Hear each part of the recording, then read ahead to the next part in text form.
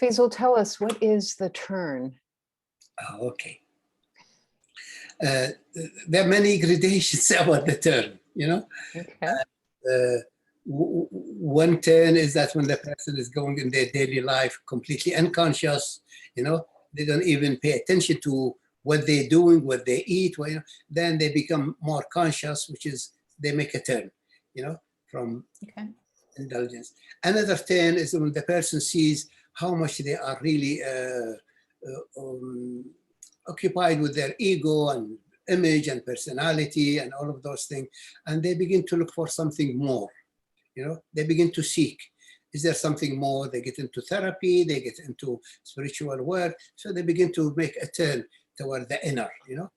This turn that I'm talking about is interesting. It's continuation of some teaching. I think we might have put it in one of the videos about death and dying, but I will repeat it, you know, because it's really a nice reminder. Many of my friends asked me about it, and I thought I'll just make a little video of it. The Tibetan have a belief that at a certain age, you know, usually between the age of 50 to 55, you know, for their age, I think for ours, you know, because we live longer, between 65 to 75, something happened within the soul, within the psyche, within the body of the human being, in which the soul begin to feel that it has done most of what it came here to do, or even it is too late to do it, finish it, you know, and is willing to let go, is willing to turn toward home. There is a knowing in the soul that we came from somewhere else. We are not a product of biological birth. We are not a product of material existence. There is a part of us that comes from another realm, but most people forget about it, or they know little about it through religion, that we die, we go to heaven or to hell or somewhere else, you know. But in the soul, there is a knowing that there is somewhere that we came from that is much more liberating, much more freeing, much more comforting than this realm. This realm is full of challenges, full of suffering, as well as enjoyment, but it's really very, you know, realm of suffering. There's so much suffering in this realm. And as it is in childhood, in ego development in childhood, one stage has to do with, like, you know, merge state with mother and dual unity, and all of that, then goes into separation phase, subphase, into individuation. And this is like a program in the DNA, in the soul, unwinding, taking the child into the different developmental stages, you know, and it continues. At the age between 50 to 55 for them, 65 to 75 for them, this new program unwind, this new passage unwind, in which the soul longs to go home, longs to leave this world. And I have some friends tell me, like my age, saying, you know, I really don't have interest anymore in this world. I don't want to leave it, but nothing interests me anymore. Before, many things used to excite me, but they don't excite me anymore, you know. And am I getting depressed? Am I getting, you know, is it old age getting to me? Or, you know, so they try to mobilize themselves, try to motivate themselves to be engaged again with the world, you know. But really, it doesn't work, because the soul feels finished with this work, with this world this time. Food I've eaten, clothes I've worn, car I've driven, things I've seen. If I don't see anymore, I can watch it now on YouTube. I have traveling, sitting on my couch, looking at all the documents about the world. Yeah. But the soul, deep longing awaken in it, as I said, to go back home. And when this impulse awaken, the mind associated with dying, that now I am longing to die, or I feel dying is around and I'm gonna die. And the whole thing turns into a nightmare. You know, becomes fear of dying, vulnerabilities. And sometimes you see how the elders, become more scared, more vulnerable, more frail, because the ego took this impulse and turned it into fear of dying. Mm. And the fear of dying produces vulnerability in the system, produces dryness. It dries up the water essence. Vulnerability, it dries up the water essence inside. And when the water essence is dried up, the body becomes brittle. The bones break quickly, easily.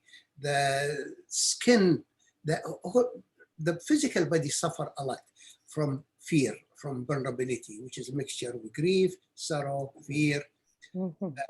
But if the person catches this impulse, and begin to see that what's it about, why, if I don't want to turn here, and what if it is not about dying, but maybe it's associated with dying because it is somewhere beyond death. Maybe most people reach it when they die, they go there, It becomes a spiritual quest. It becomes an inquiry. It becomes an awakening to, this fear in me can turn into a longing, which is it's the original impulse. My soul is longing to go home.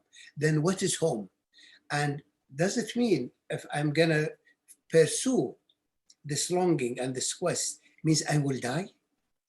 Or if I pursue it and pursue it objectively, I might reach what this home is. Maybe this home is not after dying, maybe it is with me, but there is layer in my psyche, in my mind, in my conditioning that I call death.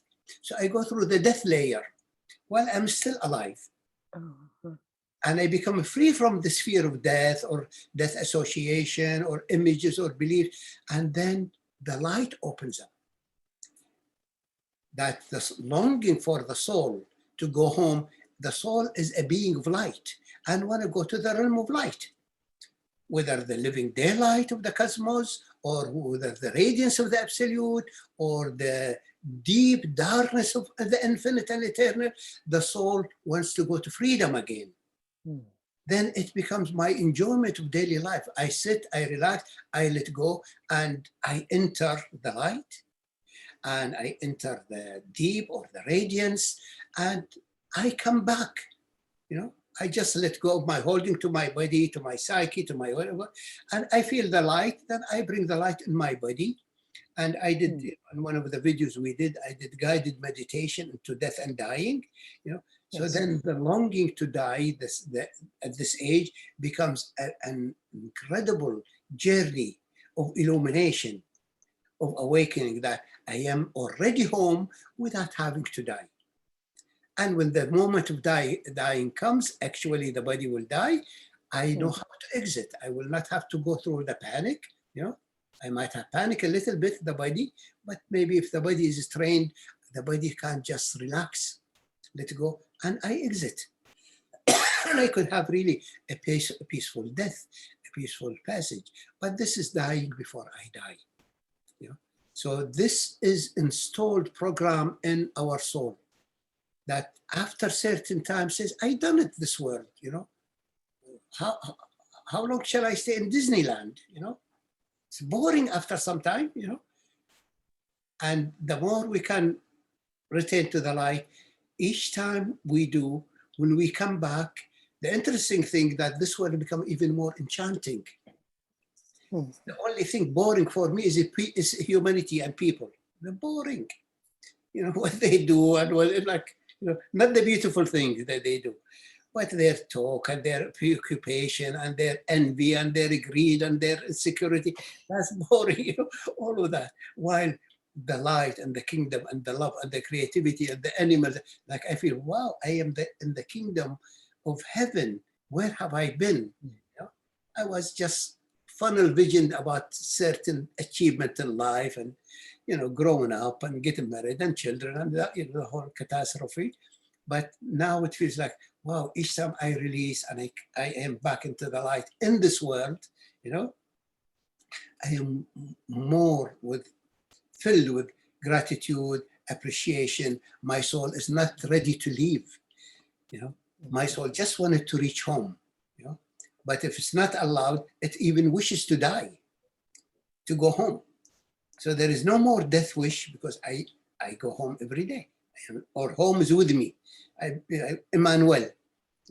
So this is a very beautiful piece to remember that every person has this program. It's built in by, I don't know, by the archetype of our creation. How we are So created. it sounds like what you're saying is the innate soul journey it gets confused by the ego trap of Yes. life is boring and Yes. I've done it all and therefore I have no need to live and so I might as well just die. Yes. This is a typical, what you describe is really a typical dilemma of the human being. There is something precious and the ego misinterprets it. Yeah. And we I mean, it's the midlife crisis and beyond, right? The midlife crisis and beyond, like I've done it all and it's empty. Exactly. Or it's, the first 20 minutes of every therapy session, all of the content until you can get to something underneath it. This understanding that the ego is saying something which means something else. Mm-hmm. To understand the distorted language of the ego, you need a translator. And that translator is what we call the diamond guidance. The diamond guidance take every quest. Narcissism in my ego is because I long to have the real narcissist.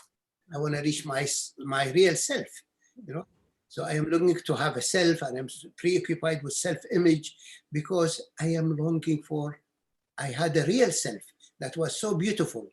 And when I lost it, I got stuck with the image. Narcissist looking in the pond, seeing the image. So narcissism becomes, with the diamond guidance, translate into guidance to look for my real self. Death translates into crossing the barrier to the light. Menopause translates into fertility of the womb, where all the essential state lands there, become the sacred womb, full of life, giving birth forever. Every entanglement the ego has, if there was real good translator, you say, oh, this is what you really mean. Here is what you are asking about. So the ego is confused. It knows there is something precious, but it translated its own way, looking for it in its own realm, like Mullah Nasruddin, when he lost the key, looking for it under the. So understanding this is the root of this Dhamma-Logos teaching. This is the fundamental key of the Dhamma-Logos teaching. Taking the ego and translating it into what it's really looking for. Over 50 years, I've been listening to the same boring stories. My mother, me, and myself, and I did, and she did, and he said, and the same thing. But each time I hear the scenario differently. This time it was about gold, and this time it's about red, and this time about green. This was, I got so hurt by my mother. So this is about green. This one, oh, she didn't love me. It was about gold. This one, that didn't protect me. It was about black. So it's the same story, Today is about this, tomorrow about that. But each time the scenario is a little bit different. And in this difference of scenario, you find the lost treasure. Otherwise, it's the same Trinity, son, daughter, or father, mother. The holy triangle, the holy, really repeating this never-ending, what do they call it? Object relational activities. Drama. So the diamond guidance took those meaningless, distorted, things that we think of them pathology or ego, and said, no, they are saying they want something, but we need to translate it, Like one of that is Mullah Nasruddin. One day he was passing three people, they were having an argument. They had $1, and one said, I want N.O.O.R. And the other said, I want Inab. And the other said, I want a grape. One was British, one was Turkish, one was Arab, And Mullah Nasruddin happened to know their language. He said, give me your $1. So he took the $1, went to the market and brought them a grape. And the Turkish says, oh, this is N.O.O.R. And the British said, this is grape. And, so the diamond bodies like Mullah Nasruddin took the language of the ego and translated it into the essential origin, where it comes from. And that's the guidance, that's the angel of revelation. It reveals behind every distortion, there is something beautiful, some kind of a quest. Beautiful, beautiful insight, beautiful realization. That's really extraordinary. Extraordinary. This came gift from heaven. Yeah. I've never actually heard you articulate it in that way. No, it's really amazing. It's really beautiful that way. I remember one of those things that I don't know whether we do it about, for example, angels, and in our mind, we have an image of ourselves, our look, our body, our sensation, our belief system, and this gives us a form, a particular form, And in fact, in therapy, the therapists, especially body working therapists, try to release this image. Its tensions, its armoring, it's, this image really consolidate the body in a certain shape, So some blockages, there are so much blockages. And this blockages gives a form, and this form gives the person a sense of familiarity of who they are. This is how I look, this is how I walk, this is how I feel, this is how I sit. But all of that is an image. It's really a stuckness. And the compilation of tensions. Yes, that's all. And memories in those tensions. So when these are released, the body loses form. It becomes formless. And when it becomes formless, it can take infinite forms. Like you see children, young kids, when they watch cartoon, they become the butterfly, they become the dog running, anything they see, they become it. They really can become it. And their molecular structurally really change. Their body tenses or their body melts or they lost form and their body become resilient and shape-shifting. As long as we have rigidity in form, but not too rigid, and we enter the realms of essential state and visions and all of that, each quality of essence, like when it comes, because you have a form, you might see it as an angel or as a demon. Okay. Because of the form. If I have gold, I see a golden angel, a form, a shape, like an angel. And red, I see a devil or something like that, All that there is a quality of essence. I'm not seeing it in its suchness because I am caught in image making. Okay. So when I release my image making, when I am in the space and in the openness of the absolute, I just feel the quality in the suchness. There is no golden angel, there is no red devil, there is no, it is just essential state. And there may be archetypes that I look like an entities, yes, but it's not this angels that there is, that we talk about. And I remember, just to tie it to the subject today about the turn, I've encountered many angels when I was still having my form. Angel Gabriel was one of the most beautiful. His head was in the absolute, his foot was in the center of the earth with, I think, 1,000 wings of glittering, beautiful diamonds, shimmering, connecting the heaven and the earth. Beautiful, And when it all dissolved, went away, it was nothing but a diamond entity, like a person, like a Buddha, sitting in waters made of diamonds. Suchness, unchangeable, archetype existing and generating objective consciousness. While before it was really exquisite, emanation. And one of the angels that I encountered that was really amazing for me is that the angel of death. Many times I see the angel of death. I reach sometimes stages close to death, and I see the angel of death, and it's a dark angel the way that they present it. And then I try to run away or do something, get away from. Then one day I said, let the dark angel come. And as the dark angel came more and more, I let go of my fear that making a dark angel. It was an angel made of black essence, black light, black substance.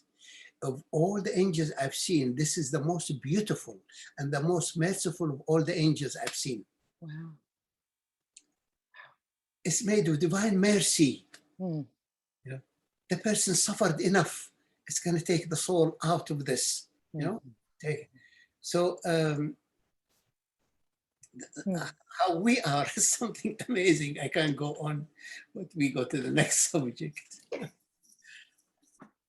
Thank you.